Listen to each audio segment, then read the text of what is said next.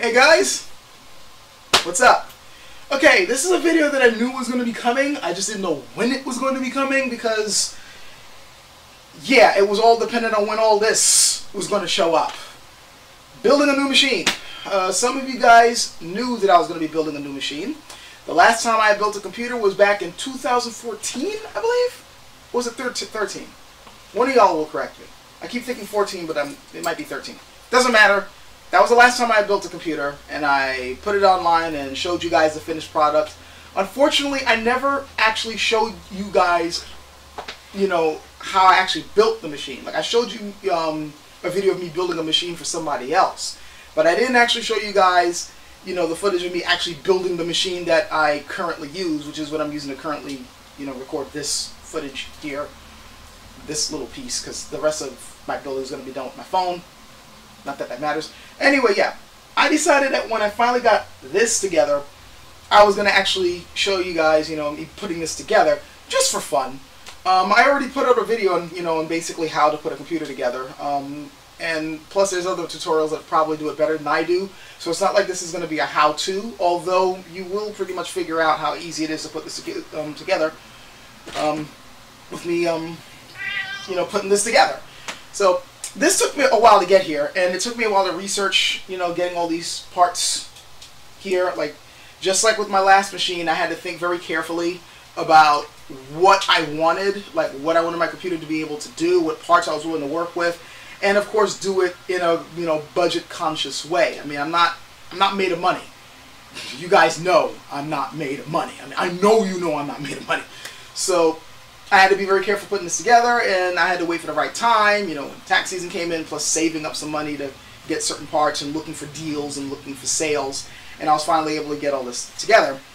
Got it from different sources, some from Newegg, a lot more from Amazon. Newegg's been disappointing me lately. It used to be my main place to get parts, and now I don't know. I'll get into that later. And even like one major thing from eBay, the case, which I'm going to get into later. And you could probably already tell this thing is massive. Yeah. But, yeah. I'm going to try to put this together today.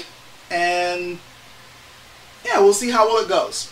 Oh, yeah, I'll get into all the parts later. So, see you in a bit while I set my phone up. Okay, guys. Thought I would just show this up close and personal. What parts I'm going to be working with today. And why I selected what I selected, and some of the funny stories associated with all this. Please excuse the shakiness. I am literally holding the phone while doing this, and I am not a professional at recording stuff. So I just, you know, perfectly holding this steady, that's not my thing. So please excuse me for the movement, and I hope I don't cause any motion sickness.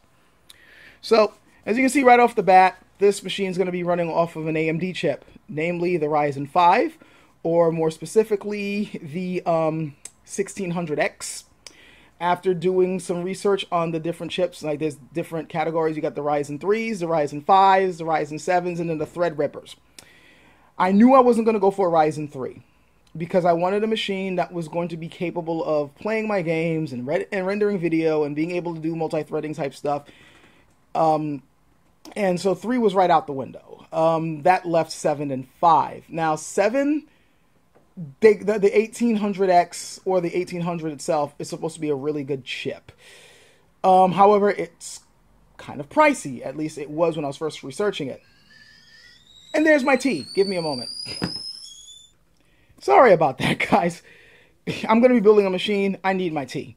Anyway, as I was saying, the Ryzen 7s are going to be pretty high. And not only that, but price per price per performance. It kind of didn't make sense to blow that much money on it. I mean, lately people have been saying that it's worth getting your hands on the Ryzen 7s. Probably is. But for now, I decided to look up the Ryzen 5s. And from what I've seen, like the 1600X was like perfect for what I needed to do. It was within budget. It is, from what I've seen of its ratings, it's a pretty good chip. It's pretty comparable to the midline chips from Intel. And, you know, it's going to do what I want it to do at a decent speed. So, I mean, I don't need top of the line here. And I don't have top of the line money to spend, but I needed something that was going to be able to keep up with you know, rendering videos and new programs and new games and things like that. So this was definitely going to work from what I've seen. It's definitely going to be faster than what I'm working with right now. My current rig, well, soon to be retired rig, is using, if you guys remember, I'm using an 8320 chip on there that's been overclocked to 4.1 gigahertz of speed, and it's been doing fine with that, you know. But it's beginning to show it's just beginning to show its age. I know some people say that thing has been showing its age. Like, for what I need to do, that chip is actually still pretty decent. I probably could have gotten another year out of it, but when I saw the Ryzen chips coming out, I knew, okay, it's time to upgrade now before it's, you know, too late. I wanted to get ahead of the curve, and that's why I got this. So, and yes, I went with AMD because, yes, I'm sorry, I'm a bit of an AMD fanboy. I know Intel ultimately makes faster chips. I know this. I'm not stupid. But I've always felt that AMD does give you more bang for the buck. Like, in terms of price per performance, they're more budget price, but their chips aren't slouches, especially these. Like, after I saw, when these came out, remember, they took the computer world by storm for a reason. So it's nice to see AMD actually back in, you know, in the runnings again, like actually coming up with something competitive. Moving on. We got this motherboard here. Asus has always been a company that I've liked. Not everything they do is perfect, but ultimately they tended to churn out products that I really like. Like, my last machine has so many Asus products in there that I literally just put the sticker on the damn side because, I mean, hell, I had an Asus motherboard, Asus graphics cards, Asus, they're not in the power supply, but I had the graphics card, I had the motherboard, and I had the DVD drive, all Asus, and even my monitor was Asus. So it's like, sheesh. This time it's not going to be as much, but I definitely got an Asus motherboard. As you can see, it is the ROG Strix X370F. Specifically made for gaming and overclocking, which I knew I was going to be doing eventually. I mean, the gaming, obviously, the overclocking down the line. Not necessarily doing it now, but I could if I wanted to. Actually, I got the chip, this motherboard, and this RAM all in one deal. It was one of those bundle deals, and I always try to go for bundle deals because you get to save some money. Not only that, but there's a rebate on this, so I'm already waiting for my money to come back from the rebate. This particular RAM, to be perfectly honest, if it wasn't part of the bundle, I wouldn't have bought it because it's kind of pricey. But it was part of the bundle, and they took some of the price off. And yeah, it looks all fancy and, you know, colorful and stuff. And I'm a bit of a sucker for, you know, the lighting effects on CPUs. So, you know, what the hell? I decided to go with the bundle because it ultimately ended up saving me money. But if the RAM was not part of it, I just would have went with some cross skills and would have been happy with that. I mean, not cross skills, the G-Skill RAM. G-Skill tends to make some pretty good RAM at pretty good prices, and I tend to always go for those guys. But, this is supposed to be good stuff. What the hell? I'll run with it. It's kind of funny that I'm going with a top-end Asus motherboard, by the way, because my last machine is running off a top-end Asus motherboard for its time. I was, I don't, in the box, actually, let me, hold on. Hold on, I got the box right over here. This is the motherboard that my, the rig that I, you know, got that I'm replacing. This is what it's working off of. And this was actually donated to me by an old viewer who I hope is still around. I kept the box because I always keep the motherboard box to put all my spare screws and CDs and programs and whatever just in case I need to get back to them. But I've said every time I look at this box now, it just gives me a bit of nostalgia because the guy didn't need to do that, but he went out of his way to send me a top-line motherboard with the updated drivers and everything.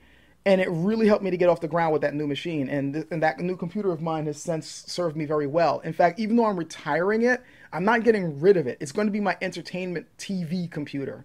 So it's not like I'm throwing the machine away. It's going to be hooked up to a TV when I finally get one. And then we'll just watch, you know, like Crunchyroll and Netflix and Hulu with that. That's the main plan. And besides, it's kind of hard for me to throw this away, this motherboard away, because, again, it was donated to me by a viewer who had been watching for a very long time, and I hope he's still around. And I still think of that moment fondly. Like, it's just, I was touched by that then, and I'm still touched by it now, and that's why I'm still holding on to this stuff. But this is the motherboard I was working with then. Yeah. Oh! It dropped.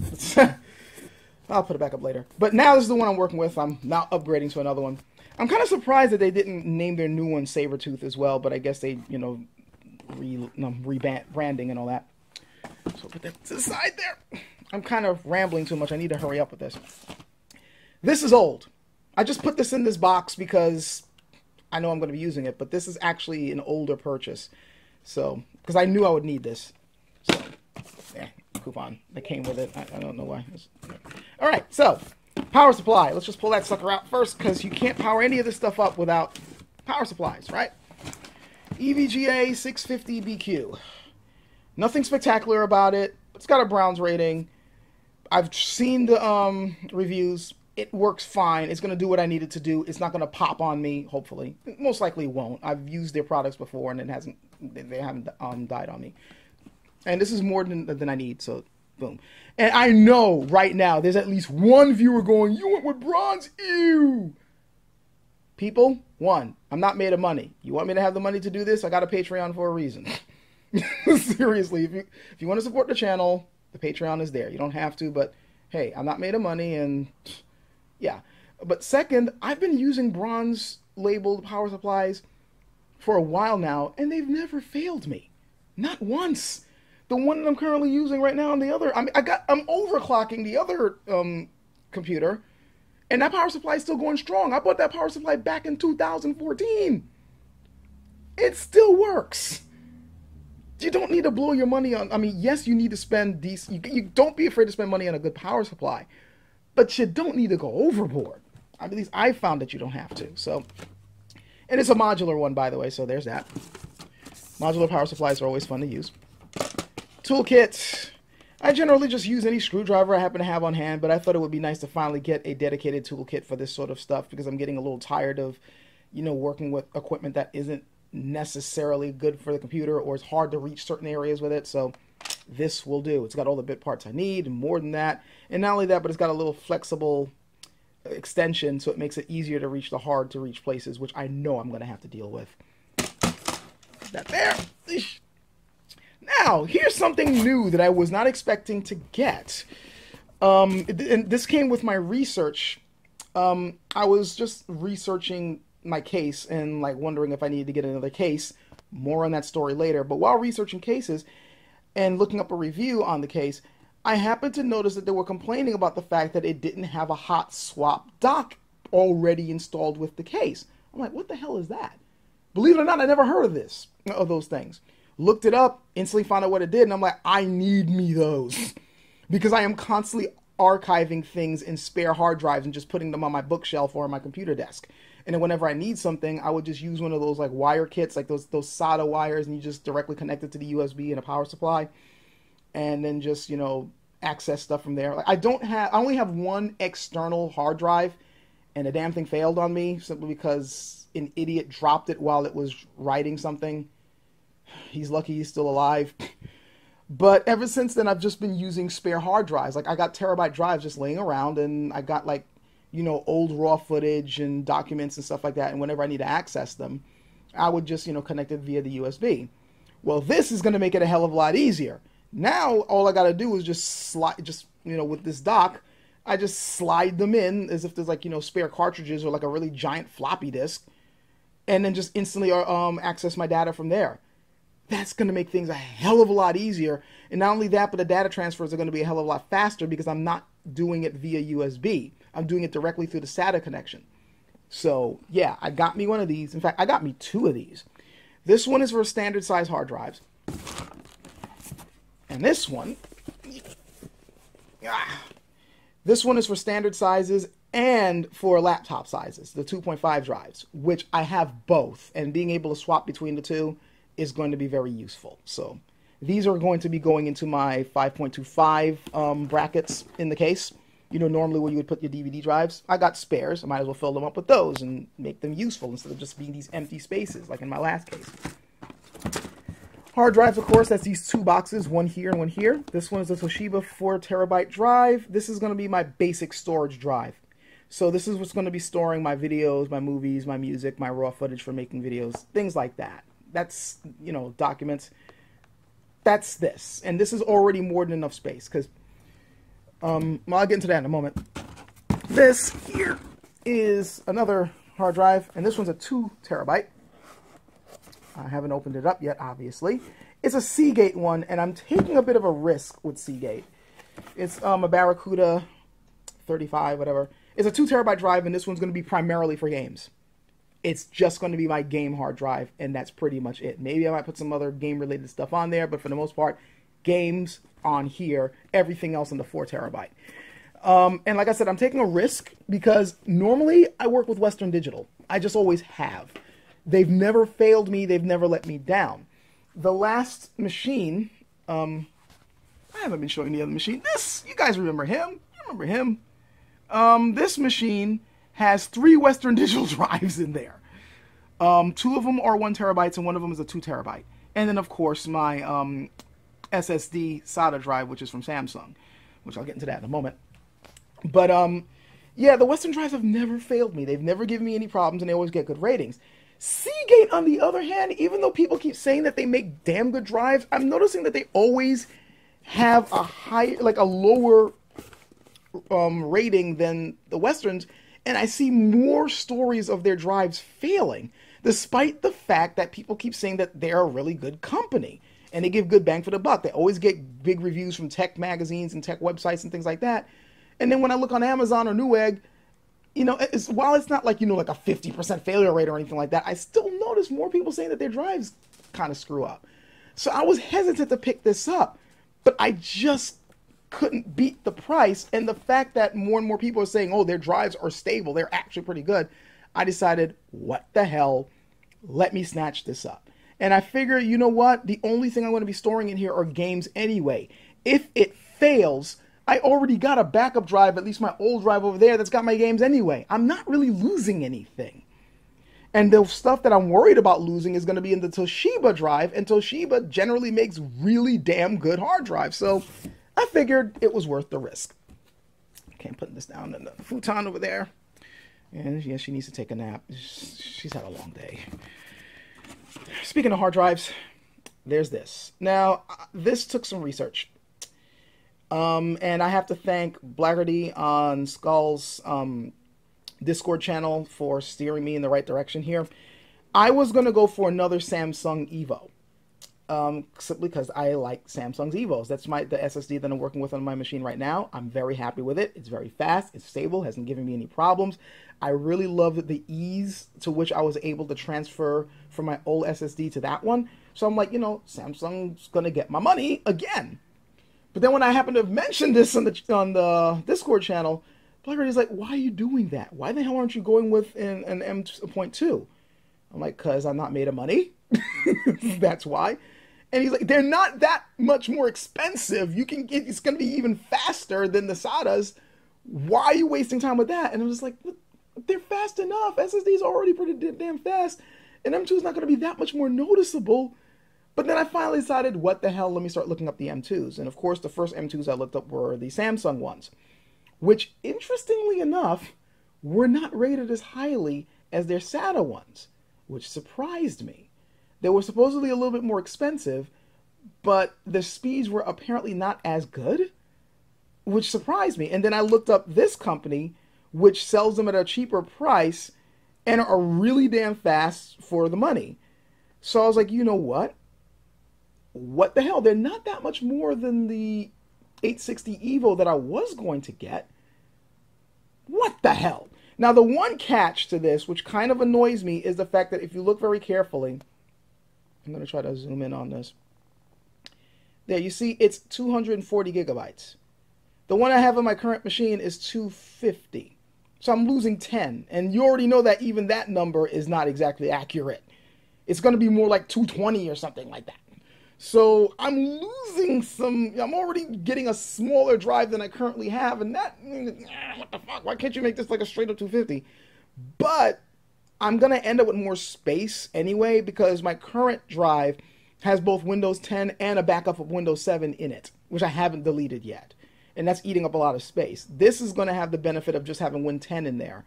So already it's going to be freed up. I mean, it's still going to have all the programs and documents that I have in my other drive, and that's going to be fun to port over.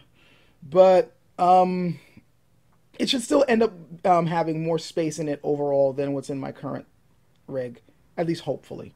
And of course, there's also a lot of garbage garbage files that I don't really need in the other SATA drive anyway. So this will still end up having a lot of space. It'll still be in the blue, which is ultimately what I want with my SSD.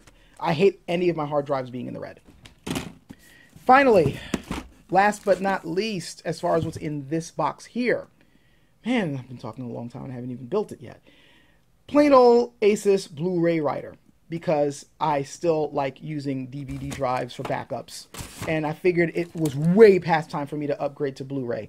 The prices have finally gone down enough for me to stomach buying one of these, as well as Blu-ray discs. And I can store a lot of videos and stuff in there once I'm done. Because believe it or not, every last YouTube video I've ever made, I save them. Because you never know. Sorry about that, guys. Camera had just run out of space, so I had to switch over to my external storage on my phone. I don't know why it was set up to my internal.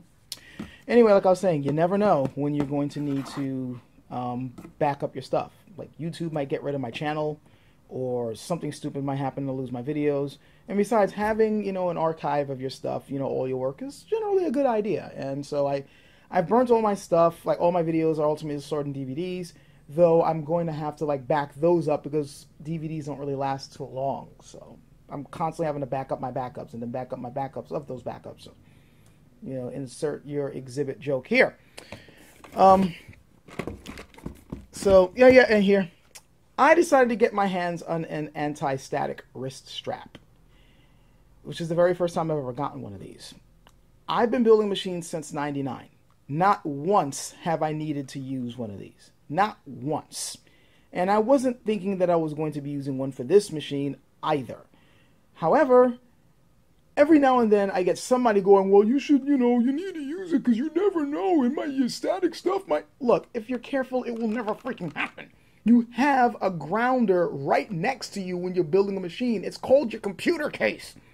As long as it's made of metal and you touch it every now and then, any static that you may have built up will be dispersed.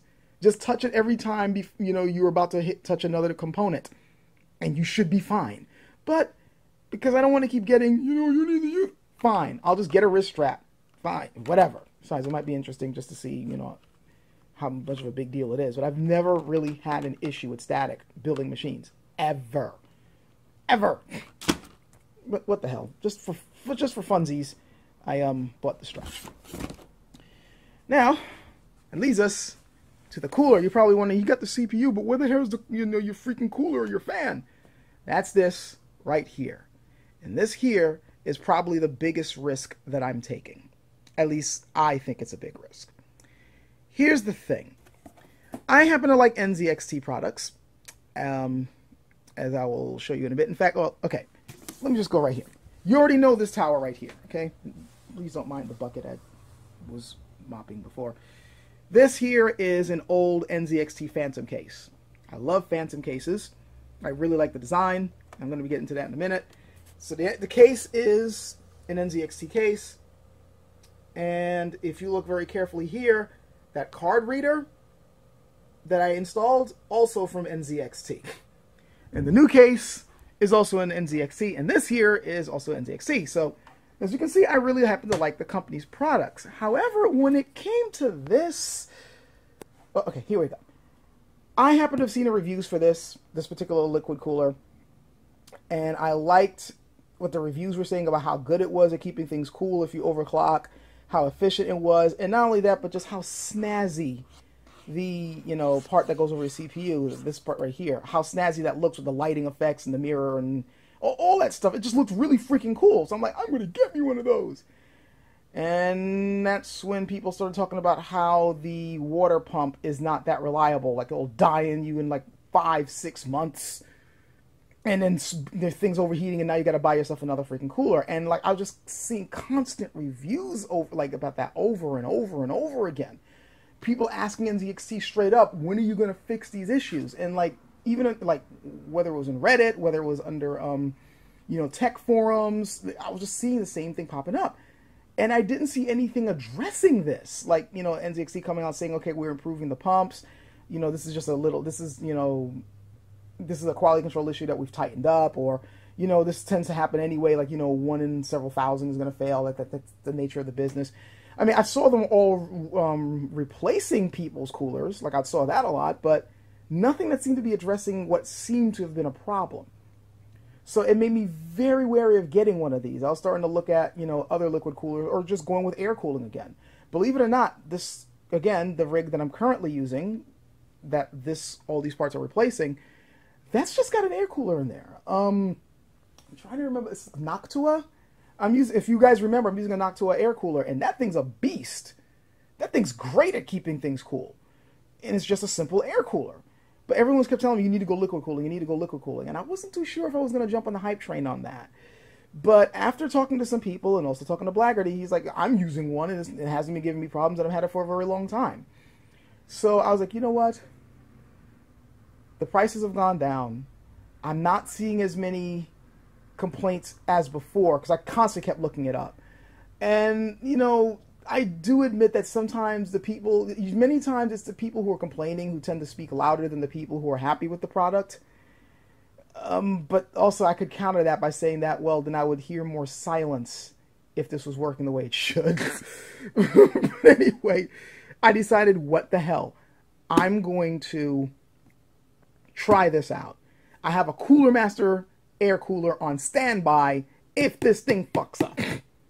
So, yeah, either way, you know, I'm covering my ass, but I think I'm taking a risk with this, but hopefully not too much of a risk, because lately the reviews have been more stable, so we'll see. Which now leads us to the case. And boy, do I have a story about the case. Hey guys, thought I would interject in here a little bit, because the original recording that I had here when I was showing off the case and the video card went on a little long, and this video is going to be pretty long as it is, so I decided to just try to condense it all real quickly. So first, let's get into the case. This is a Phantom 820, as you can see, and good luck finding one of these. I mean, you can find them used on eBay, but that's pretty much the only way you're going to be able to get your hands on one of these, because NZXT, which is the company that makes these, they don't make them anymore. In fact, they haven't made them in a while. They phased them out since last year. It might be even before that, which frustrated me because I wanted to get my hands on another Phantom case. My original rig, if you guys remember, uses an original Phantom case. It uses a special green and black case. In fact, it's one of the original Phantoms. And for my new machine, I wanted to go with an updated Phantom. Now, there were actually two that I was looking at, the 820 and the 630. Both of those have been phased out. Again, the company does not make these anymore. I was waffling between the two. I was trying to choose whether or not I wanted to get a 630 or an 820. The 820 was their flagship at the time that they were putting them on anyway. Very well designed, you know, built, you know, for good air cooling, you know, setting up your fans for, you know, good airflow, as well as really good design for cable management. Like NZXT tends to make some really good cases when it comes to cable management, and the 820 was no exception. The 630, which is supposed to be a step down from the 820, really the only difference between the 820 and the 630 is the fact that the 820 has built-in LED lighting with, you know, RGB capabilities. Like, you can change the colors on the fly. The front panel actually has a little wheel that you can spin it and the colors change. The 630 does not have that. But other than that, it's the 630 and the 820 are more or less the same thing. There's a couple of little, you know, aesthetic changes, but more or less they're about the same tower. The only difference being that at the time these cases were being made, the 820 was retailing at around $200, and the 630 was retailing around 150 and 160 bucks. Both rather expensive, but for the amount of, you know, the quality of the cases, you know, the engineering of the cases, you know, it was worth the price. So of course, when I was planning on getting my hands on it, I was planning on getting them on a sale or something. But again, NZXT no longer makes these. So when I was finally in the market to start buying the cases, I was like, damn it, what the hell do I do? The 630s in particular were pretty much impossible to find. I mean, it's funny, now that I got my hands on this case, now I'm beginning to see them pop up on eBay again. But before, when I was buying the cases, they just were nowhere to be found. There were a couple of white cases being offered, but for way more than the price that they were supposed to be. Same thing was happening with the 820 for a little while, but then I finally saw a company. There was two chances I had in getting the case at cheap prices.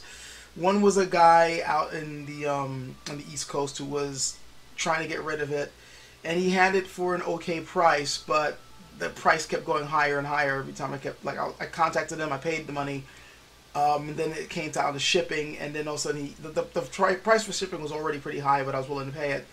But then he upped the price even further when he found out where I lived. And I was just like, okay, you know what? This is costing me more than the case is worth. I'm sorry, I can't go with this. Especially since I found another seller on eBay who was actually selling it for much less than he was, and at a lower shipping cost as well. So, I mean, come on, you know. I was trying to help the other dude out, but at the end of the day, it just didn't make any sense to pay, you know, like what amounted to an extra $80 just to get this thing to me. So, it was just, no. All in all, I ended up paying $113 for the case and something like 30-something bucks shipping. Because this is a pretty heavy case, so I understand, you know, the shipping costs. But yeah, it ended up still being overall less than the actual retail price of the case itself. And the case is pretty cool. Got all the screws, everything with it. I'll get into, you'll see in the recording the funny thing about the screws. But yeah, overall, I got all the stuff I needed. And the last thing I can say about the case is that it is much bigger than I thought it was going to be. Much, much bigger. Well, not much, much bigger. It's funny. I said the same exact thing about my last Phantom case. It was bigger than I thought it was going to be. Now, I knew this case was big, but I didn't think it was going to be that much bigger. And yeah, it's big. In fact, when I first saw it, I was worried it wouldn't fit underneath my desk, which is where I normally put these cases. But it fits, just barely. It fits underneath the desk. And there's still enough space for the air to come up, you know, from the exhaust on the top of the, you know, the exhaust fans on the top of the case. There's still enough space for air to flow there. So, all in all, it's good. I lucked out. But man, this thing is big. And it's quite pretty, as you can see. So now we finally get into the video card. And, angry rant coming. Actually, now that I'm re-recording this, I will say that my rant is less angry than it was in the original recording. The original recording, I was like cursing up a storm, but my anger's kind of subsided a little bit since then. But yeah, I have to say that the whole video card situation for PCs, it pisses me off. I was going to get a new card with this new build. I did not. And the reason why is simple, because anybody who's been paying attention to the PC market these past few months knows that the prices for video cards have gone astronomically high. And the reason for this is because of the whole freaking cryptocurrency craze that's been going on for the past few months. I mean, we see this happening every now and then. We see every now and then the cryptocurrency prices tend to fluctuate. You know, the value of the cryptocurrency tends to fluctuate. You know, Bitcoin and the other ones. But the thing is, the prices just rise and fall. The bubbles, you know, come in and then they burst, and then the prices normalize. The prices for graphics cards have not normalized since last year. Like, I think it was about around September last year or so that the prices really started to get high for graphics cards, and they have not gone down at all. It's ridiculous at this point. Cards that used to cost around $250, $300 are going close to $1,000 now, and so it's just made it just. It's insane to pay these sorts of prices just to have a decent graphics card. I wanted to get my hands on a 1070, but I'm not paying close to $1,000 just to do that. So I'm sticking with my 970 card, which the reason why I'm not as angry now as I was before I made the build is because I realized that the 970 is still a good card, all things considered. I mean, yeah, the 1070 would have been a big improvement, but not by all that much, to be honest. I mean, I'm not planning on moving to 4K gaming just yet. I'm still sticking with 1080p. So because of that, the 970 is still able to suit my needs, and with the better processor, the games are going to run that much smoother. Like, it's not that big a deal. I'm still okay. By next year, however, I am definitely hoping that the prices normalize. But for now, you know, they're doing okay. I do have to say, though, that while I understand why people are jumping onto this cryptocurrency craze, I'm not happy with it. It's gotten ridiculous. I happen to work for a company that does a lot of shipping of products, and I every now and then see orders coming through, you know, where you'll see a power supply and a processor and 6 to 8 cards being bought at once. It's this sort of shit which is driving up the price, because since they're buying up all the cards, supply is limited. And as we all know, basic laws of supply and demand, when there's a high demand but a low supply, the prices go up. So these, you know, people are going and buying tons of these cards. And the funny thing is, there are cards made specifically for mining, and yet these jackasses are eating up the graphics cards so they can try to get in these get-rich-quick schemes. And it's frustrating the hell out of me. But I know sooner or later this bubble will burst. And once that happens, oh, that's going to be freaking sweet. Because then a lot of the people who just jumped onto the bandwagon, they don't fully understand the market, they're going to be completely fucked. Because now they're going to have to try to find a way to recoup their costs. And one of the main ways they're going to try to do it is to sell those graphics cards. Anybody right now who PC games, please, for the love of God, do not buy these used cards off these people. Don't do it, for 2 major reasons. One, they were using their cards for mining, for Bitcoin mining, for cryptocurrency mining. That taxes the hell out of those cards. So the lifespan on them will be dramatically shortened. It is not worth whatever really cheap price they're going to be offering for you to take it off their hands. Just buy them new, or buy them off of somebody who wasn't using them for mining. It's just so you can have a card that's actually going to last you for a decent amount of time. The second reason is I want these jokers to choke on those cards. They were so ready to buy it all up just so they can, get money without having to work for it, at the expense of people who just wanted to get a card at a normal price. You wanted those cards so bad, keep them. That's how I feel about it. Let them choke on the freaking things. I understand that the end of the economy right now is uncertain. I know people are trying to get some extra revenue schemes, revenue streams on top of their, their jobs and whatever. They're trying to find some better, ways of getting better financial security. But this is too much. This is freaking ridiculous. So, yeah, that's why ultimately, while I understand where they're coming from, at the same time, I won't feel any pity for them when the bubble bursts. And I, for one, do not want to help bail them out. So, enough of that. Now let's actually get to the building of this thing. Let's get to building the machine. Hey guys, so finally gonna be building this, and it's kind of weird building it like this. I don't have a regular sized table in this new apartment that I'm living in. This is not like my old place back in Indiana where I had this large table to work with. I'm in a rather small apartment, and because of that, I got limited space to work. What I could do, and I might do it later actually, is set everything up on the floor.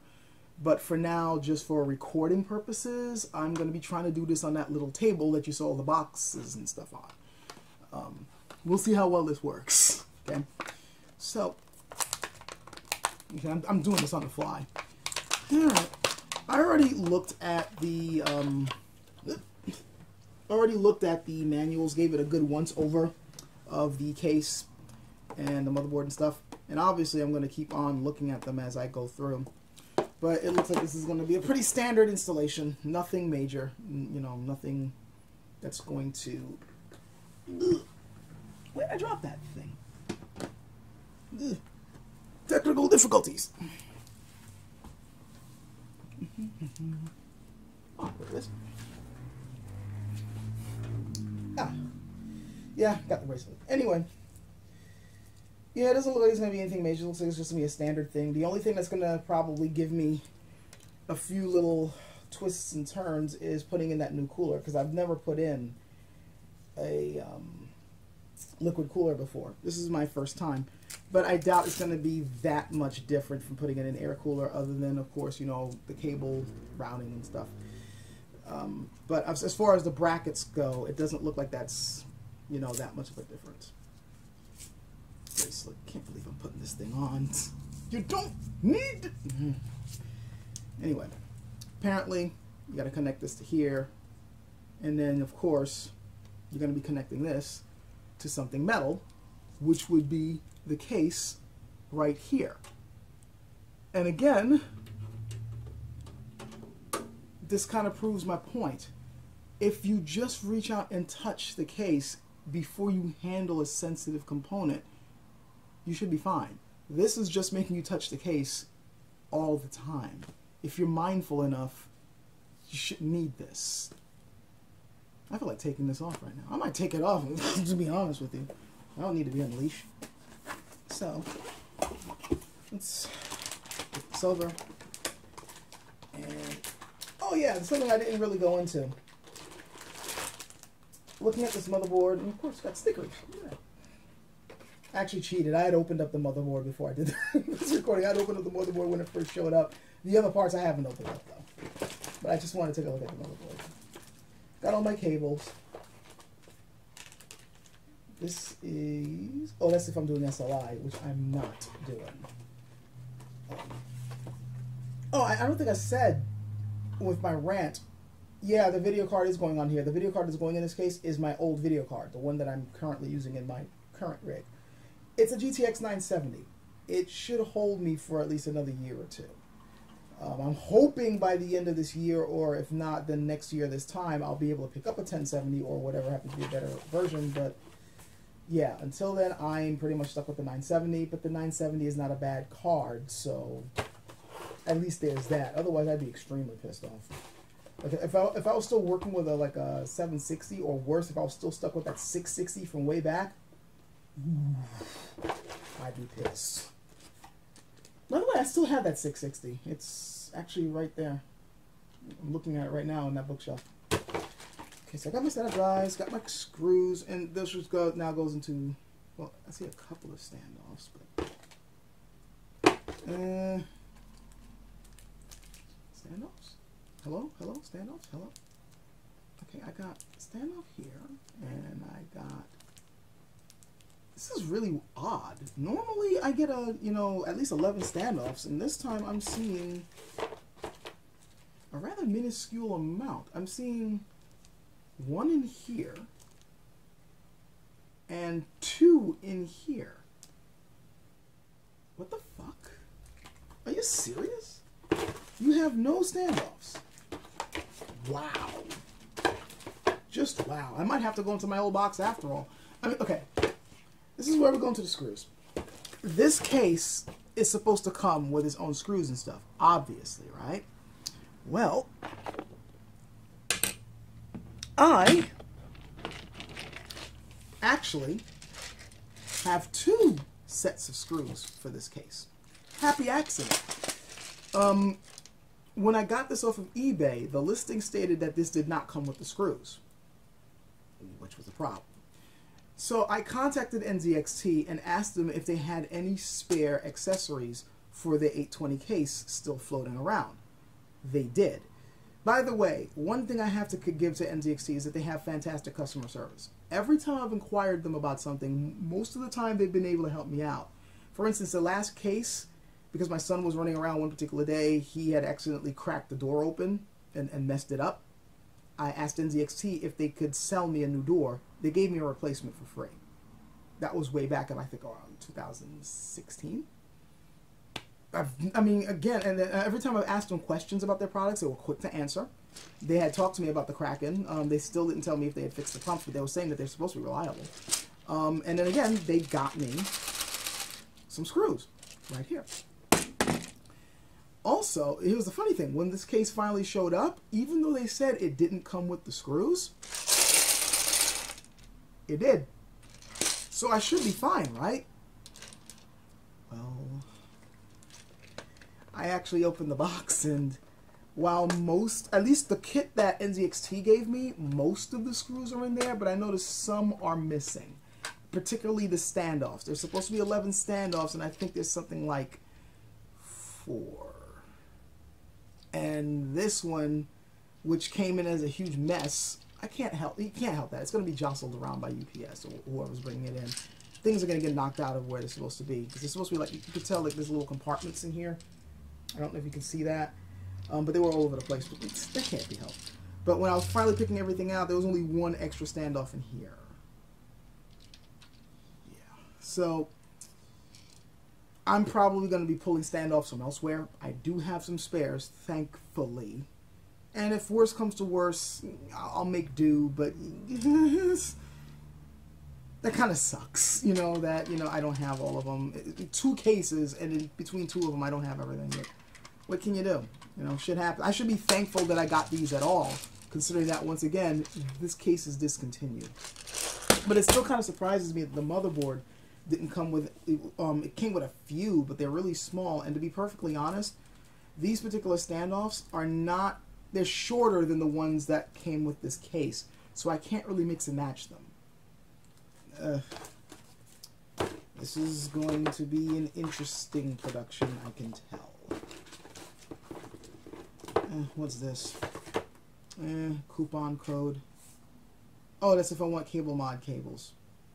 I don't need those. I got stickers. Might be nice to put in. Alright, so let's get this cracking. Let's see what we got in this case. Okay? So I figured out what I'm going to do. I am going to do this on the floor after all, and I'm just going to have the camera mounted on the little table here, so you got a better view of what I'm doing. Because otherwise, it's just too limited. The space is just, it's a pain in the ass. So, let's get those nice as in the supply foam screws.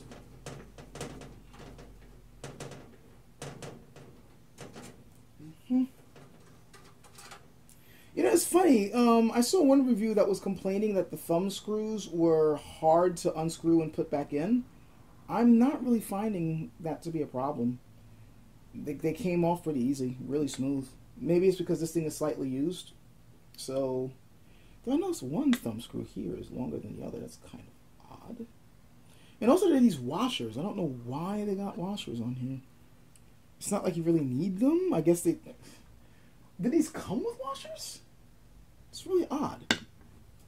Yeah. Whatever. Let's see what's in this sucker. Okay, that's interesting.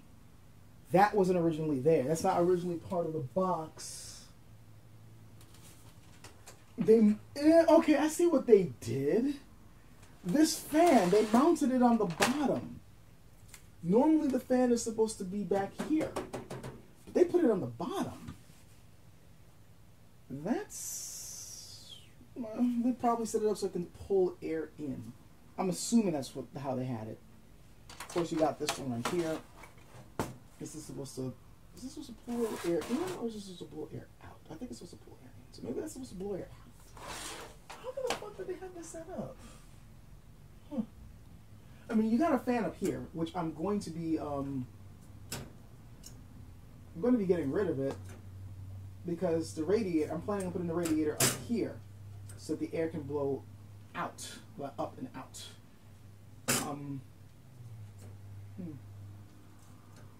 Let me see here for a second.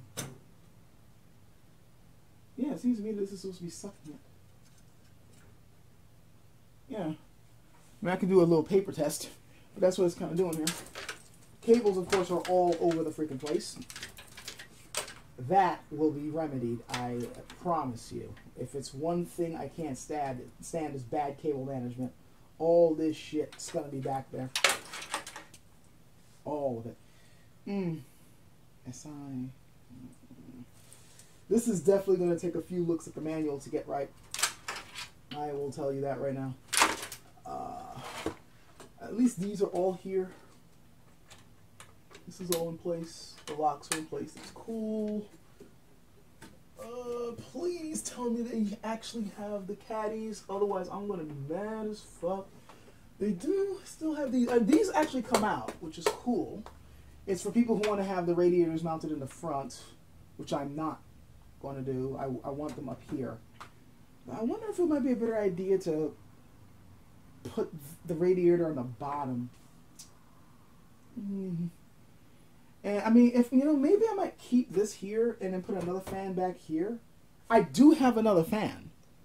In fact, I got 2 spare Noctua fans that I could use, and they're nice and quiet. we'll see. We'll see. But first things first, I gotta make sure that I am installing this properly. Just looking at this thing. Let me look at the other side. I just want to get an idea of what my cable management's going to be like.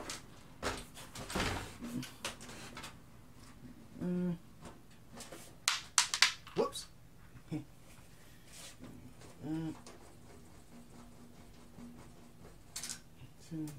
See, there's no washer in that one.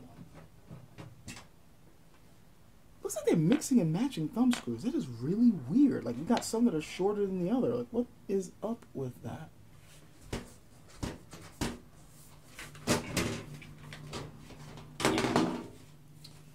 Okay, so I'm going to put that right over here. Well, this is looking good. Use the second from here, here. This would have been... No, actually, no, I'm looking at this wrong. I thought this was like a slot. Because I know with the NZXT actually put a place back here to put SSDs. But considering the SSD I'm working with now is no longer one of those 2.5 ones, I don't really need anything back here. Still would have been a nice cool thing. And then, of course, these flimsy... This is probably the weakest part of the case because of how flimsy these... Though, actually, these seem to be less flimsy than the ones that they were complaining about. This is where the hard drives are obviously supposed to go. And, I don't know, cheap plastic, whatever. Looks like they can easily snap. But it's funny, the ones that I saw in the videos that looked like these components were a little bit weaker than what I'm holding in my hands right now. So, and it's not like I'm planning to jostle this all that much anyway. What the fuck in there? You gotta curse out your components, otherwise they don't do what you tell them to. This looks like sheesh, it looks like somebody was really frustrated trying to get these back in. I need some better lighting, to be honest, because I can't really see what I'm doing. There we go, that looks better. So I got 4, 5, 6.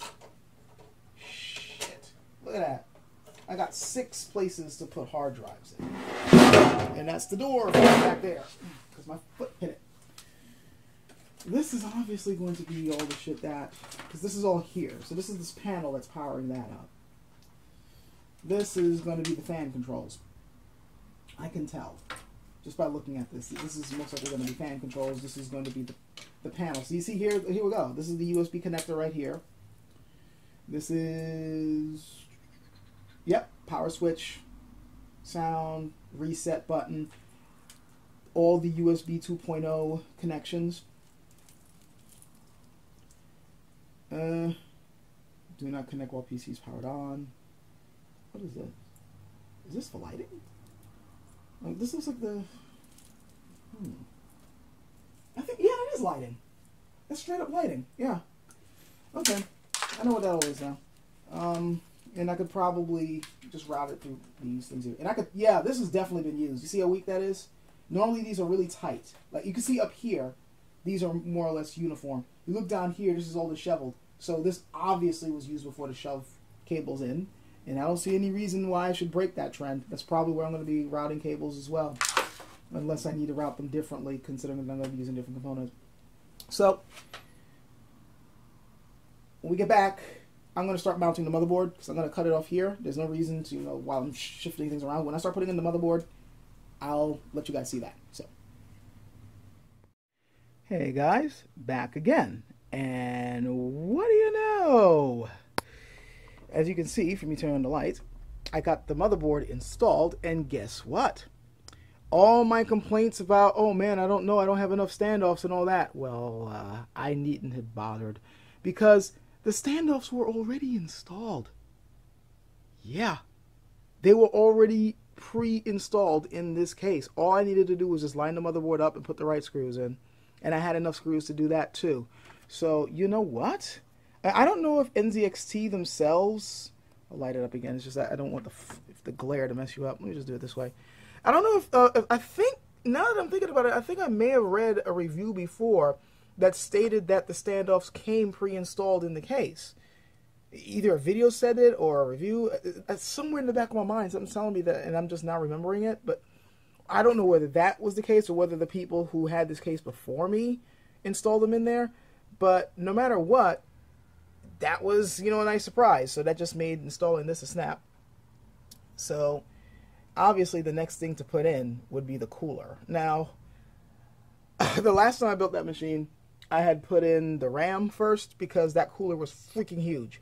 But since the radiator and the cooler here is going to just simply have like just that round, you know, connection part here, the copper piece, and then the cords coming up out there, it's not going to necessarily interfere with the RAM. I think I may be able to get away with doing the cooler first and then the RAM second. I might still put the RAM in first, so I don't know. We'll see. But I'm going to cut off here unless it gets really interesting, because now I'm having to think about what to do with that. I'm really thinking that I want to set the radiator up this way and have the air suck up and out. That's the way I have it with my other machine. Like, basically I have it so that the air is getting sucked in the front, and I'm assuming this is also sucking in from the bottom, and then it's just going to blow up through this way and out the top. And there's supposed to be one in the back also, and I will most likely put a Noctua fan in the back there. So, yeah, we'll see how this goes. If I bump into any problems, I will hit the record button and show you that. So, yeah, next step, cooler. So as you can see, I'm putting in the standoffs right now for the cooler. Just wanted to show you guys how I'm putting it in, because since I'm put this new Kraken cooler needs its own standoffs, it needs its own brackets. The brackets that came pre-installed with the motherboard is only for standard coolers, usually standard air coolers. However, you know, since this is not standard, it needs its own mounting brackets. So I had to unscrew these off. There were two of these here in the front that I had to unscrew, and now I'm putting in the amount of the new brackets. Like, as you can see, this one is obviously it's going to be mounted quite a bit high off of the CPU. Got one more of these to screw in. These are really easy to screw in. I like that. I'm not having to use a screwdriver for this, though the screwdriver right now is working out quite fine. I like it a lot. You probably have also noticed, you probably noticed earlier, I'm off the leash. I already couldn't stand it. I couldn't take it anymore, because I've been flipping this around and moving it around, and of course having to do it with the freaking no, I'm done. No. Hands are going to be on the case, touching it every time I touch a major component. Okay? That's what works for me. So I should have, like, you know what, I'm going to put down in the video earlier, like, a bet to see how long it takes before I take the strap off, and you guys can bet at home. I don't know, like, when do you think you want to take it off? Yeah, I took it off when I was putting in the motherboard. I was done. Okay, whatever. So now I got that in place, and I'm sure this is supposed to go next. I'm looking at the manual over there, and yeah, that's basically... Oh no, it's telling me to put the bracket directly on the cooler itself. So that would be this monstrosity. Ooh, hold on.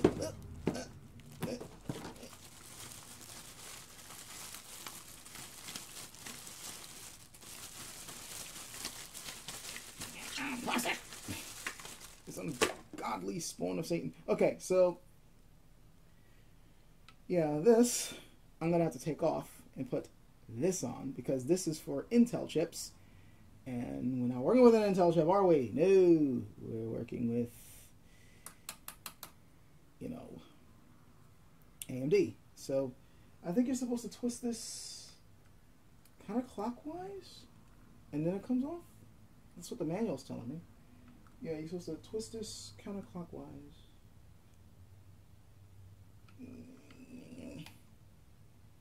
I don't want to break this.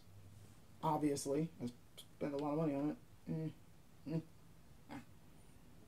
Also, I was noticing the paste, the thermal paste on here. It's just a small little circle. Doesn't exactly protect my chip all that well, does it? I don't know if I need to put in some more. Oh well. Anyway, I'm still trying to take this off. Is there like a switch or something? And press and hold the Intel retention bracket firmly towards the pump. and rotate it counterclockwise to release. Okay, so I'm supposed to push it this way, and then, okay. Aha! Eureka! So, that. And then push this. Aha! Yes! Yes! Yes! I just hope I did this right, because now that I'm looking at these, I'm not too sure if I did this right. I think I had to do it the other way.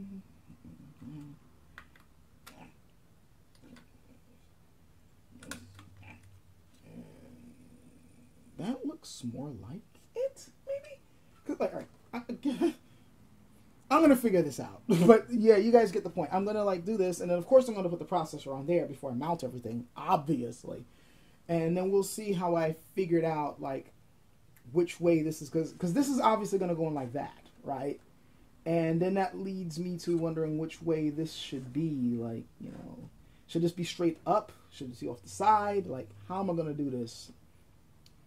Well, I will find out momentarily, won't I? Just putting that over there so that the thermal case doesn't touch anything. Otherwise, I'm gonna have to reapply it. So, yeah, let's see how this ends up. Okay. Hey, thought before I put the cooler on that I would actually crack open this box. I mean, what was the point of doing this if I wasn't going to be, you know, unveiling the processor? So let's crack the sucker open and see what's in it. Yeah, we gotta pop open the seal. There we go. See a good old seal of approval there. You know, those shiny stickers and holographic looking. Actually, yeah, holographic. Yeah, 1600X. Fits right in there. 3.6 gigahertz base. 4.0 gigahertz precision boost. Whatever. I might just overclock it straight to 4.0 anyway, because that seems to be where you want it to be at, right? I love how, by the way, the box is this big, right? Chip is only this. You know what a computer chip looks like. Well, at least most of you do. You know, you look inside, it's just hollow. The actual disc is boxed in here. So this is just a waste. This is the actual box. I don't know. Whatever. Okay, of course, touch this. Should be static. Yeah. And out comes the Ryzen. There it is. And of course, this little sticker will be right on the top front of my case, just like I did with the last case and the last case before it. Whatever the processor is, just put it right in the top front so that people know what's in it. And it's just a stylistic choice on my part. Nice little installation manual, though I don't really need it because I know how this is supposed to go in. I guess it wouldn't hurt to look through it, but yeah, that's the chip. And we're going to be just sticking it right in there, and then we'll just put the cooler right on top. So when I get back, the cooler and all that should be installed with the very next clip, unless something goes wrong. And so there it is, in case you wanted to see it before I put the cooler on. All nice and snug. So now that that's in, cooler is next. I've already figured out exactly how I was going to align the bracket. The only thing I've been debating right now is whether I'm going to be having the radiator mounted on the top or mounted in the rear. I'm not going to put it in the front because I got my hard drives going there. I'm not going to be putting it on the bottom because I already got this fan over here sucking air up, and I don't want it blowing hot air down because it's just going to rise back up. So I would rather, you know, just have it either up or in the back, and I'm trying to decide whether I want it. I'm probably just going to have it go up. That's the way I have it with my other, like, I got air coming straight up. The only reason why I'm debating that, and I'm still kind of waffling on it, is because since this tower is much taller, and it just fits underneath my desk, that hot air is going to, like, it won't have that much space to go, basically. I mean, it's not like pressed up against the top of the desk, but it's pretty close to it. So I'm worried about you know, if that hot air is just going to kind of linger there, if it's going to have some space to go. But then again, if I have it blowing out the back, there's not that much more space. I mean, I might still do it that way. We'll see. We'll see. I might mount it one way, see how it works, and if I don't like it that way, just crack open the case and then do it again, like way after I finish building this. We'll see. But yeah, in either way, let's just mount this sucker. So, after a little bit of wrangling and double checking and triple checking, I finally got this installed. As you can see, cooler is on. I'm not going to take the sticker off until I'm completely done with the build. But cooler is now on. Fans are in place. And I still have room to put my sticks in. Hopefully. I should be able to. Now, you might notice something a little strange about how I did this. Actually, I should have been looking at the camera instead of looking directly at it. There you go. Now you can see what I'm trying to point at. You can see, got everything in there. Cables are in there. Everything's ready to be installed the right way. Now, you may notice something weird. I installed the fan so that it's going to be pulling air from the case through the radiator and out the top. You know, that's, you know, it's not a bad configuration. It's an okay configuration. But you may notice I got a fan up here.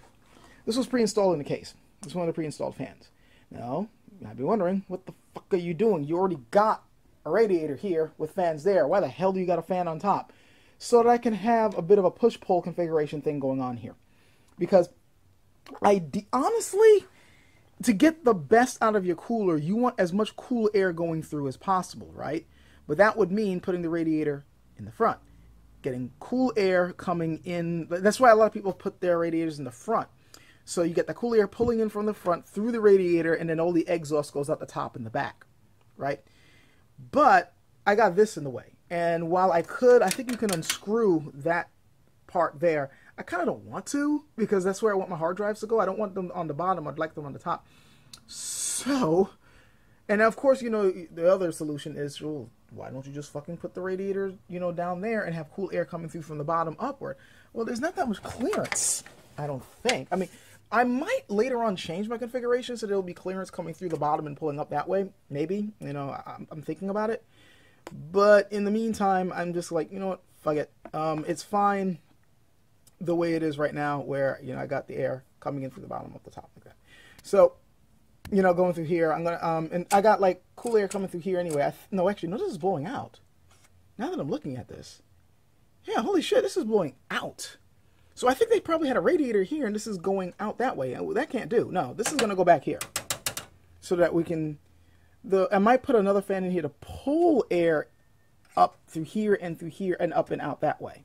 But the way this is configured right now, this is blowing out. So this is kind of like these fans are fighting each other, and we can't have that. I want like this. I want it. Hold on. I don't know if you can see what I'm talking about. I want the air going in like this way. I want it to like kind of pull in from the front and probably from the bottom up and out like that, not out the bottom. So yeah, I'm going to reverse this fan. Either I'm going to reverse it so it's blowing up and like that, or I'm going to take this one and put it in the back here, or I might just put another one back here to blow out. We shall see how this goes, depending on my mood. But anyway, we've got that now, so now the RAM sticks are going in and everything else is going in. And that also means that my computer over there is finally going to have to be turned off, because I've got to rip the video card out of there to put in here. But we're close to the end here. I mean, there's still got to be all the cable wrangling that I got to do. The fine-tuning of, like, you know, cable management and plugging stuff in the right spot. And yeah, that's going to be fun. But yeah, we're beginning to see the light at the end of the tunnel here. So soon this shall be complete and on. So see you then, and also the spots in between. Hey guys, welcome back. Hi. You probably noticed that it's a lot darker in here, and I'm taking a bit of a break because while things didn't necessarily go wrong, I had a couple of interesting stanks that I had to deal with. As you can see in here, hold on, I need my flashlight. Where did I put my flashlight? Hold on. Let me see. Okay, first off, just showing you right here. As you can see, I got everything pretty much installed. There's the cooler still. You can see the power supply is connected, and you can see over there that I got all the SATA connections, you know, there. So that means I got all my hard drives hooked up. You can see the M2 SSD drive connected. You can see that I moved the fan from the bottom to that, and that was a story in and of itself. I realized that I could probably keep that in the bottom to suck air from the bottom, and I had a spare 140 millimeter fan from Noctua, and I'm like, hey, I could put that in the back, and that's a better fan anyway. So let me put that in the back, keep that one in the bottom, and just flip it around and really get some circulation. Unfortunately, that fan's fan connectors were made to go into a cooler, not a standard motherboard or the standard, you know, fan connectors that you see in a case like this. So I had to uninstall it, pull that from the bottom, put it back there, and that took some time. Something else that took time was wiring some of those wires down there. I had a little mini case thing that those wires were connected to, and they did not fit into the motherboard, so I had to take them out and put them in there. Then there was also the fact that, well, I already mentioned to you that the USB 2 connection there's only one. So that means these things up here, most of them are now useless. So I bought a part. It should be in the next few days, and then I will take care of those problems up here. But in the meantime, that USB 2 port over there, hopefully you can see it, it's connected to the cooler for all the lighting effects and stuff. I got all my hard drives installed.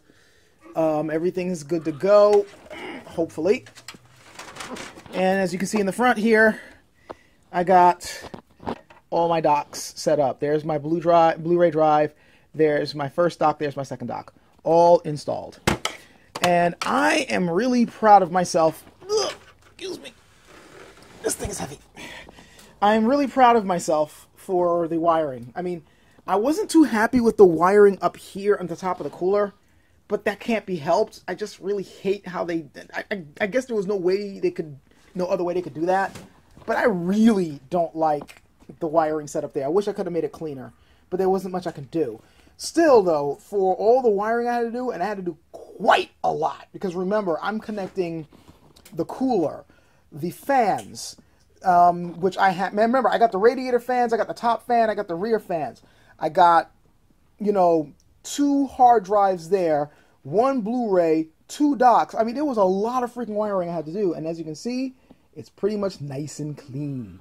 So this is some good work. Now, of course, what's missing is the video card, which I'm about to install. I'm about to rip it out of my friend over here. Good old Phantom over there.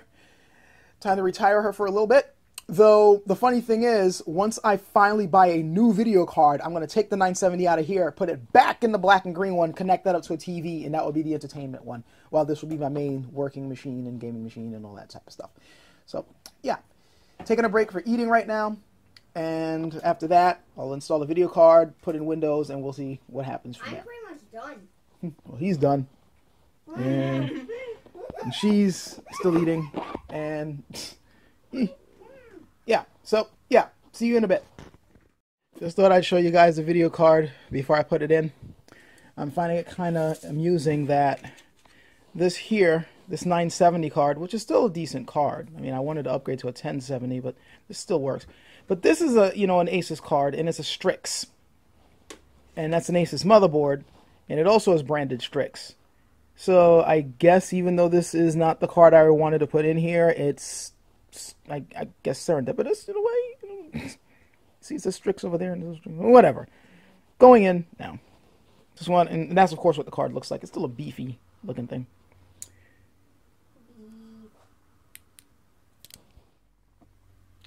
Okay, there it is. Video card installed, and not too bad with the wiring. I mean, my nice clean look is slightly altered by, you know, this being there, but it still basically works. Still basically works. With, you know, the exhaust there, it's going to be sucking up air that way and stuff. So, yeah.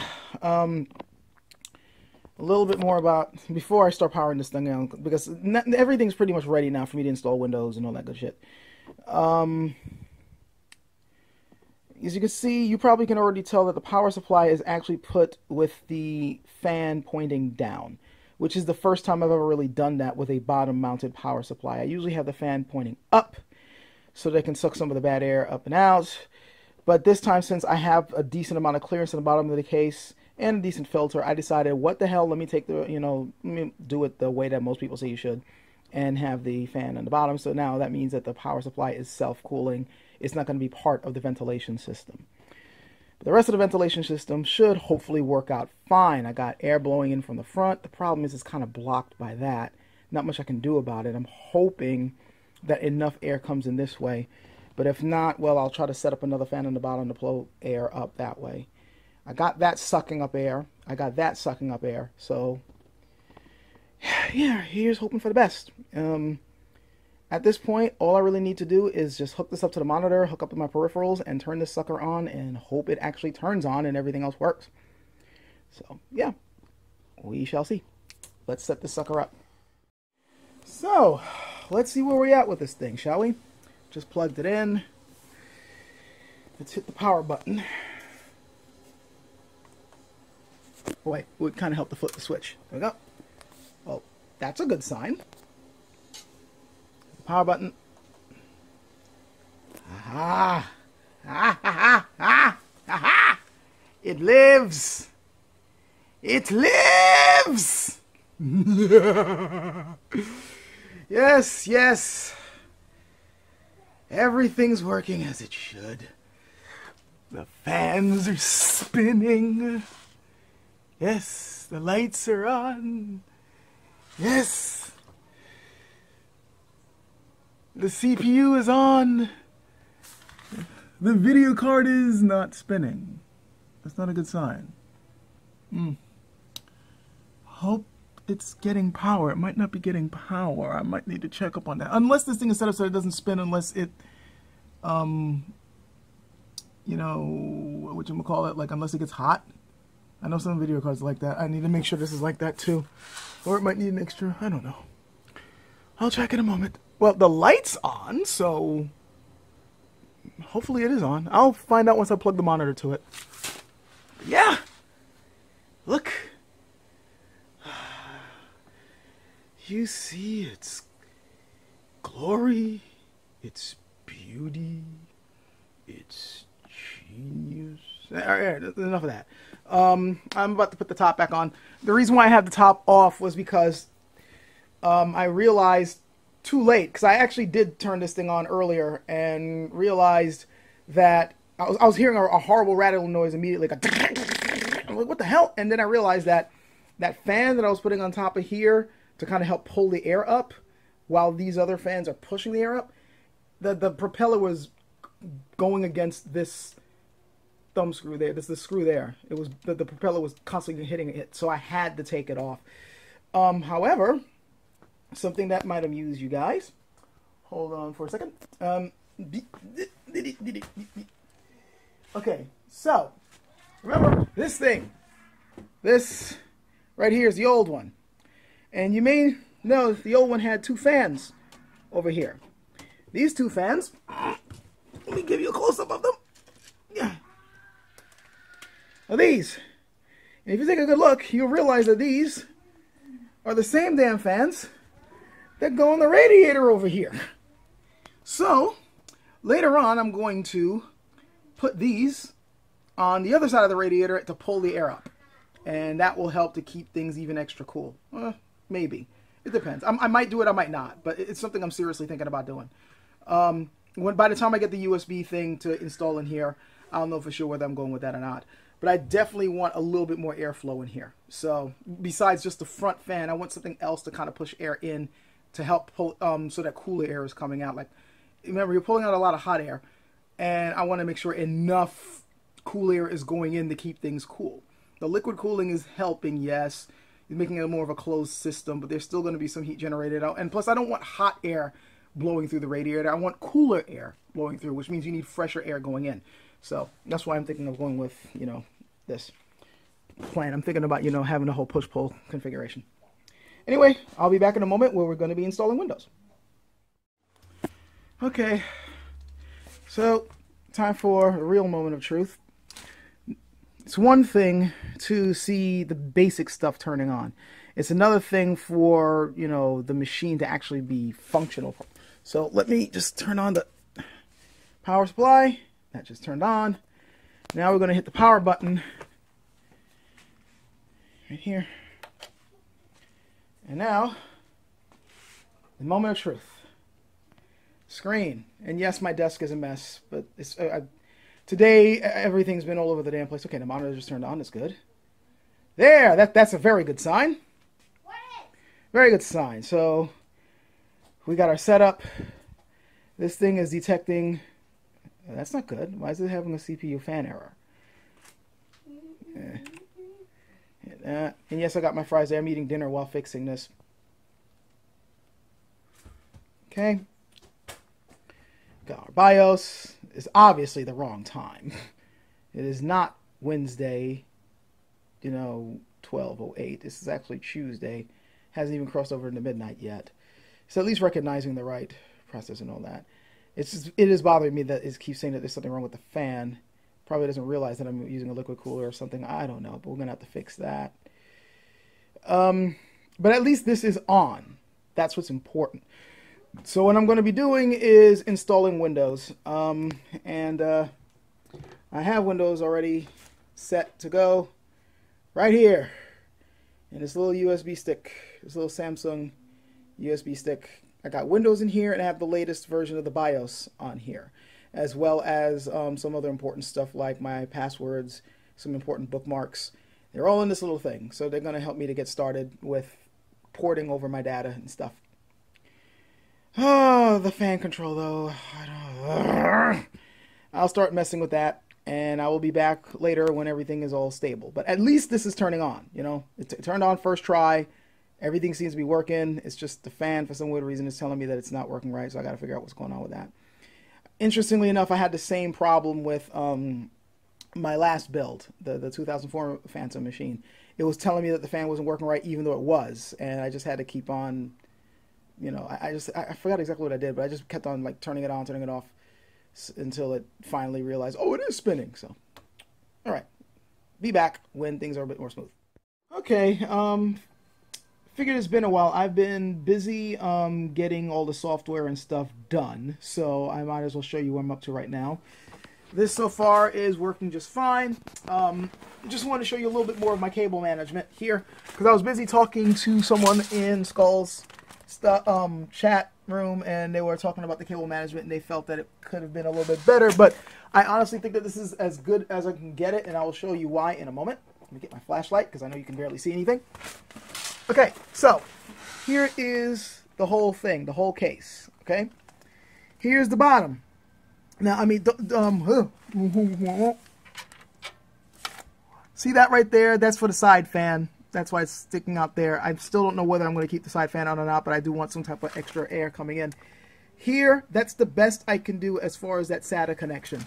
As you can see, looped up there. There's no other way I can get that flat, you know, seeing where it is. I mean, maybe I could try to run it from the side panel there, but then that means it's going to be crossing across the motherboard there, and I don't really want that. So that's why it's there like that. Everything else is a little bit more or less flush. Here you can see it's flush. Up there you can see it's pretty clear. Nothing I can do about the water, the water cooler cables. I mean, that's just how it is. This is the thing, though, I think that was commented on.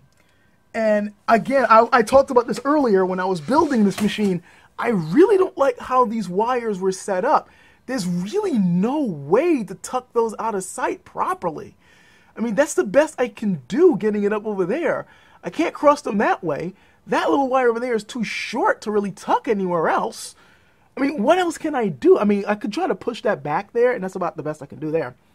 You got the SATA cables there, which I could try to push again a little bit more flush. But again, where else am I going to pull those cords out of, really? I mean, I guess I could try to pull it from, like, the side there around, but it's just ugly as all the hell. I mean, there's not much I can do about it, because these 5.25 drives, all the connections are closer to, you know, my side than the other side, so they're going to be coming out like that.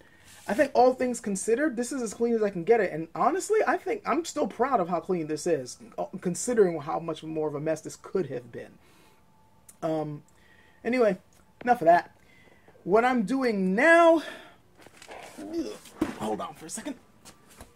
While I get this thing turned around. And of course, that's my messed up desk and the screen. I'm busy talking to the guys on Discord, as well as getting Windows set up. I'm definitely not running with that plain old background, and I got a lot of programs to reinstall. So, hi. I'm pretty much going to be spending the rest of this evening reinstalling programs and ripping things off of my old hard drives.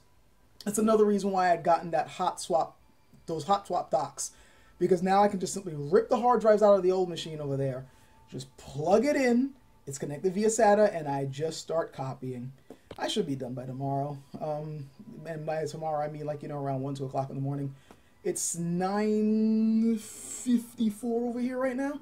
So I'm assuming I should have most, if not everything, done, like recorded and, you know, ported over by then, and set up. And this new machine will be the best one. The best one I've had so far. Yeah, I can barely speak right now. I've been working on this from almost all day.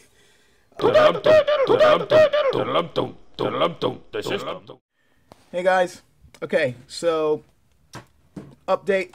The computer has already been more or less built, but remember that I said that I wanted to put in an internal USB hub so I could actually get most, if not all, of the 2.0 USB ports actually working. As it is, they aren't working because I had to use that to connect the water cooler to get that, you know, going well, all the lights and stuff. But now I got this NZXT's internal USB hub, which is funny because, you know, I'm using an NZXT monitor. I mean, no, not monitor. I'm using an Asus monitor. I'm using an NZXT case and an NZXT liquid cooler, and now I'm using an NZXT internal USB hub. It seems like this whole thing is being made together with Asus and NZXT products exclusively, with a few Razer products thrown here and there. So I'm going to go ahead and install this and show this thing installed, and then turn everything on and then see how well it works. So let's do it. Be back. Hey guys, so just wanted to show you the inside, like what I eventually ended up installing. That right there is that NZXT internal 2.0 hub connection right there. And you can already see that I've wired it up as best as I could to try to not make it too cluttered, but it was kind of hard. I mean, I got this as flush as I can. I'm going to push it in a little bit more. And, you know, I got it, the wires as close to, you know, a port, you know, entry port as possible. This is as clean as it's going to get. Like, if I pull back farther enough, you'll see that I actually still have a lot of clearance space here.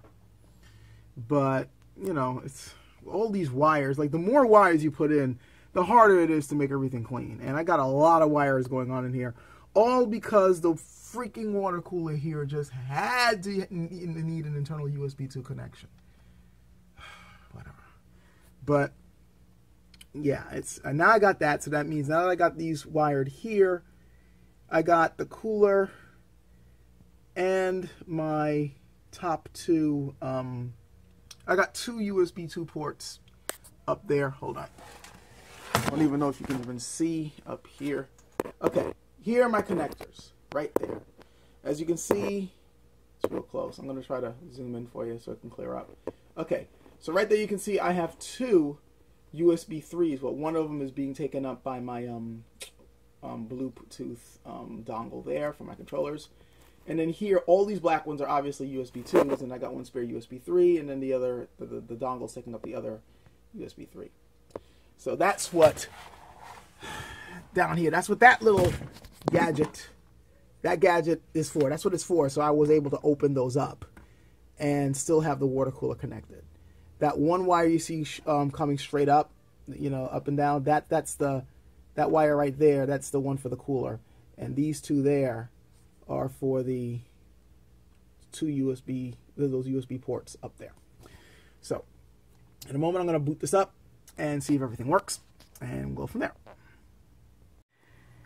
Okay guys, I just booted this on. I decided to keep the door off in case I had to do some quick repairs or quick reinstallations or whatever. The fact that the water cooler is on is proof that the internal thing is working, because I have this directly connected to that little thing right there. So, yeah, it's working. I notice it's still white though, which I don't know if Windows needs to be on for the colors to be proper, or if it got reset because I pulled the cord out. I don't know. I'm going to find out in a moment. I don't know. Well, that's the sound of Windows turning on. So, obviously everything else is on. I'm going to see if I have to go into cam to fix this. And yeah, we'll see. Because this is not how I had this.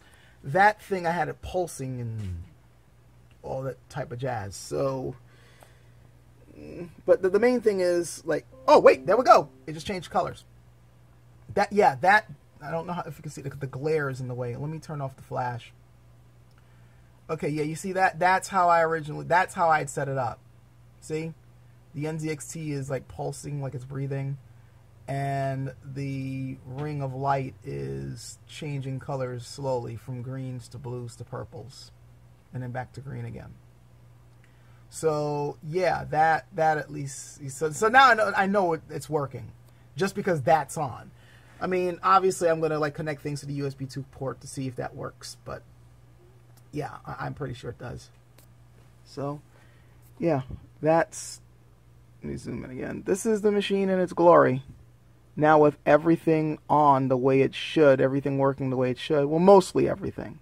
I still need to go into the BIOS to see if I can change other lighting effects from there, though it's not really all that important. I'm going to turn the flash back on so you can see the internals. Yeah, this is the inside of the machine. Everything's working the way it should, so now it's time for me to pretty much close everything up and then go into my concluding video clip, I guess. So see you there in a bit. Again, try to zoom in. There. See you guys in a bit. Hey guys. So, yeah, I am pretty much done. The new machine is built. Finally completely built. To be fair, it was pretty much built almost a week ago, but I was still waiting for that final component to come in, that internal USB 2.0 hub, so that I would be able to get the USB ports in the front of the tower working. Because as I've already stated, there was only one port on the motherboard, and I needed that port for the cooler, the Kraken 62. So finally came in, got everything installed as you've seen, and it's working great now. So yeah, I checked out the ports; they work just fine. Cooler's still working just fine. You saw the colors turn on earlier, so yeah, everything's fine. You probably have also noticed how quiet it is, because it's on right now. I'm recording this with the machine. Got my software installed, got a lot of my games installed, things like that. And yeah, that's one of the first things I wanted to mention about this new machine. It's pretty quiet. It's not completely quiet. Like, I have the fans on full blast, and you can hear a little bit of the whirring, but it's not annoyingly so. Like, I'm not hearing a zzz type of sound. Like, it's just a very, very gentle little hum. And you've got to really pay attention to hear it. Yeah, the fans are pretty much silent. Even the fans that came with the case are nice and quiet. Not completely silent, since I have it on full blast right now, and I'm going to be adjusting it, to get, that negative thing going on. But yeah, it's working fine. So what some other things I can mention about the case? Well, it's huge, like I mentioned, just barely fits underneath the desk, but it does fit, and there's still enough room for me to put my hand under here and not touch. I could just barely get it so that I'm not touching either the desk or the tower, but pretty difficult. But there's still enough space, so there's some clearance, which is what I wanted, because with all the exhaust, all the hot air I want blowing out, it's got to go somewhere. Thankfully, there is enough space. You can't see it, but I will, I'll move the camera around. I'll move my phone around so you can kind of see the amount of clearance space there is.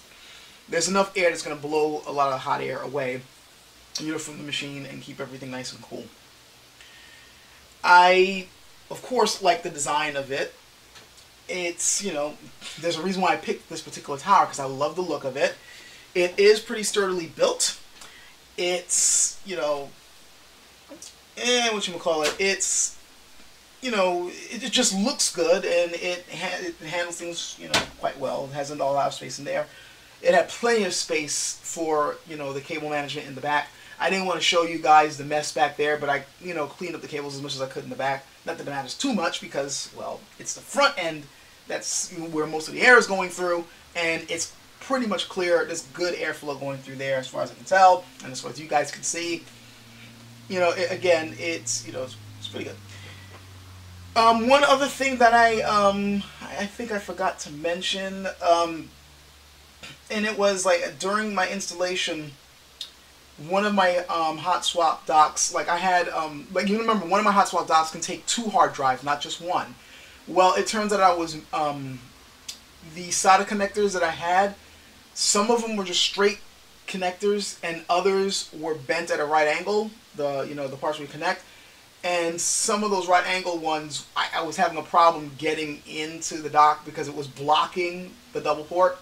But I was thankfully able to order some regular ones and get that going. And now all the Hotswap docks are working just fine. I was able to port over all my data from my old hard drives pretty quickly. It was pretty much like in one night I got all my files ported. The only issue that I ran into installing this machine was, well, Windows. Really. I mean, the Windows installation itself went pretty smooth. The problem was when I signed up an account. And this is my own fault.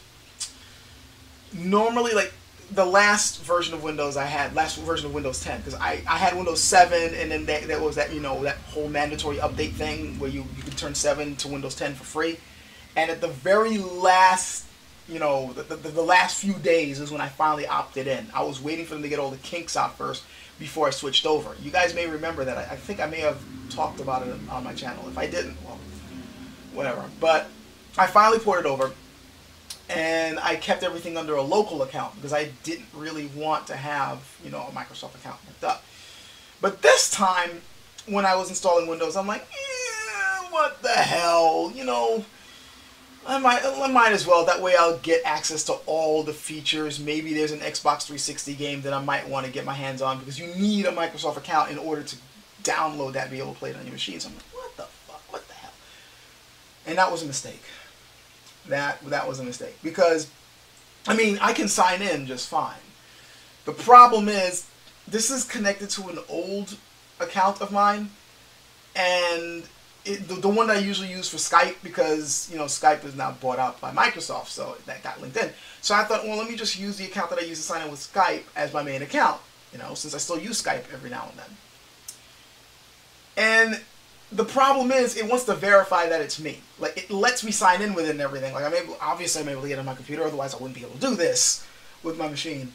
But the problem is, it says, well, we want to verify it's you. So we've sent you an email to your, we've sent an email to your account, and just, it's a verify. Problem is, that account is not Microsoft or an Outlook email. It's my old, it's my Comcast email. It's not actually an old one. And I'm not getting anything. I'm not getting any verification emails at all. And apparently, this is an issue. This is something that a lot of people have encountered. And the only solution to it is to sign up a Microsoft account. Yeah. Instead of just fixing whatever the hell their problem is, where it can't send emails to your email to verify it's you, no, we just want to force you to open up a new account. Dick move, Microsoft. Dick move. So now I'm in the process of, I have no choice. I gotta now set up an Outlook account and then port all my stuff over to that, and it's just to, I should have just stayed, I just kept it a local account. I really should have. This was not worth the hassle. And I may still, in fact, do that. I may actually just say, fuck it, and just make it a local account and be done with that. Because it's not like I can't port over all my stuff all over again, we'll see. We'll see. Like, I'm gonna see if it's, I'm gonna wait a couple more days to see if everything hashes out, and if it doesn't hash out, I'm just gonna say the hell with it, wipe everything, and just make it a local account, start from scratch. I mean, I've already shown that I can. All my stuff's archived, and I can easily just port it right back over again. It's only gonna take about a day to get everything in there. So, yeah, overall, it's working pretty well. Oh, I might as well talk about performance also. I did play a couple of games with this, notably Dark Souls 3, and actually that's about it because I haven't really had time this week. I literally built this machine and ported stuff over the day before I had to go to work. So I haven't really had a chance to really sit down and put this thing through its paces, but I did play, you know, a couple of games of Dark Souls 3 to test out how smoothly it runs now with the new processor, and it does run a lot better. The reason why I picked Dark Souls 3 was because even though a lot of games are dependent upon the graphics card, and Dark Souls 3 does, a lot of its other stuff is dependent on the processor. And I noticed that there were some areas in the game that chugged a little bit, you know, when I went through on the older processor. Namely some areas in, you know, if anyone's played Dark Souls 3, you may remember the Grand Archive. There's a couple of areas in there that stutter a little bit, especially when you start getting to the top of the roof and you're heading toward Prince Lothric. There's a couple of areas that stutter a little bit there, especially when you head toward the Winged Knights. This machine handles it perfectly. Like before, I was dipping a little bit into the mid 40s when it comes to frames per second. Now it's pretty much sticking with 60. It's great. By the way, if you're wondering when this is kombucha, I like this stuff. So, yeah, it seems to be handling that just fine. Video rendering, because you guys have already seen the videos I've done. I've actually, you know, obviously I've recorded videos with this new machine. Video rendering is so much faster now. It really is. It noticeably so with this new processor. It's handling, you know, the process very easily, and I'm really enjoying the fact that I picked up this particular processor. It's making me wonder how much faster now it would have been if I went with the 1700X. Like I was thinking about it, and I decided, nah, let me just stick middle line. 1600X is good enough, and I think it is really good enough. But I'm just wondering now if I picked up the 17. But nah, I'm happy with this. It's doing everything I want it to do. You know, it's fast enough for me, and it's pretty damn fast as it is. You know, the new hard drive, that M.2 hard drive that I put in there, it's not like noticeably faster. It's not like I'm like, you know, oh my god, it's super fast now. I'm not noticing that much of a difference between this and the Samsung SSD that I was working with the last machine. Not really that much of a difference. Like, I honestly think that if you're trying to save some money, you know, for a few bucks here and there, unless you really need like blazingly fast, like top of the line read and write speeds, you're good enough going with the SATA connection, the SATA, you know, 2.5 SSD drives that Samsung makes. The 860 Evo looked like, I mean, I remember the 850 Evos that I was using was great. I'm thinking the 860's got really good reviews, and that's what I was originally going to go with before I finally decided to switch over to the M2. Which, it's fine. The M2 was working just fine. But, I mean, I can notice a little bit, it's a little bit faster in some areas, but not mind-blowingly so. And the only reason why I'm not having buyer's remorse is because I didn't spend that much more for it. Not really. Like a couple of bucks more. Nothing major. But that being said, if you're building your own particular machine and you're wondering, should I go M2? Should I go... Honestly, I know sooner or later everything's going to be moving over to M2. I'm really thinking that's going to be the case. But if you're trying to save a few bucks here and there, or if you can't seem to get the M2 at a decent price, there's nothing wrong with the Samsung Evos. I really don't think there's anything wrong with those. I know some people might disagree, but there's a reason why their reputation has lasted this long, because they're pretty damn good. So that's what I recommend if you're trying to, you know, save some money here and there, trying to cut corners here and there. You're not really cutting that much of a corner, especially since, to be honest, the Samsung SSDs come with Samsung Magician, which makes it so freaking easy to port your files over. Like, if you have an older SSD, an older hard drive, and all you're trying to do is just move over to your operating system over to a new SSD just so you can get the speeds, Samsung Magician makes it so freaking easy to do it. It's the cloning software. It's a hard drive cloning software that You just literally clone your old drive and put it to the SSD, and boom, it's as if nothing changed. Except you'll notice it's a hell of a lot faster because now you're on an SSD.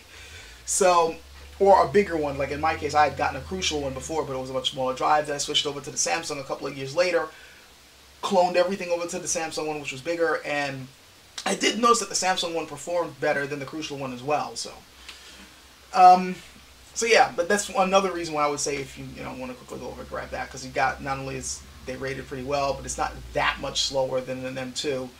And not only that, but you get good software with it as well to port over your operating system and files like that. It's, instead of having to do it the way I had to do it, where I'm porting over everything individualistically. Whatever.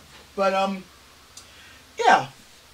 I'm happy with this build. I know this thing is going to last me quite a long time. The last machine lasted me a really good long time, to be honest. And I'm still not getting rid of it. I mean, you can't see it, but I'm not getting rid of it. It's going to be the entertainment computer. That's when I move out of here and then move into a bigger place. I'm going to get a TV and hook that old machine up to the TV, and then that will be our, Netflix, Hulu, Crunchyroll. I got to rant about Crunchyroll for one of these days. It's going to be that sort of TV, and then occasionally, oh, you guys want to play Tekken? Let's play it on the big screen. Like, that's what it's going to be for, while this is going to be my main machine to do everything else. So, hope you guys found this enjoying, even though it was a bit rambly and a bit sloppy, but yeah, I like building new machines, and I kind of like showcasing me going through it and showing my way of going through it. And I'm pretty sure you guys are going to have your own, things to say about it, or probably your own criticisms, or maybe even suggestions as to what I could do with this. I welcome it all. It's not like I'm an expert, and I remember the last time I had built the other machine and talked about it, I had a couple of really good suggestions from people who really knew what they were doing, and I enjoyed those comments, so I wouldn't mind seeing those again. Anyway, that's about it. I'm now going to cook, and then I am going to figure out, I gotta get everything ready for the next video for this coming week. So, yeah. Catch you guys later.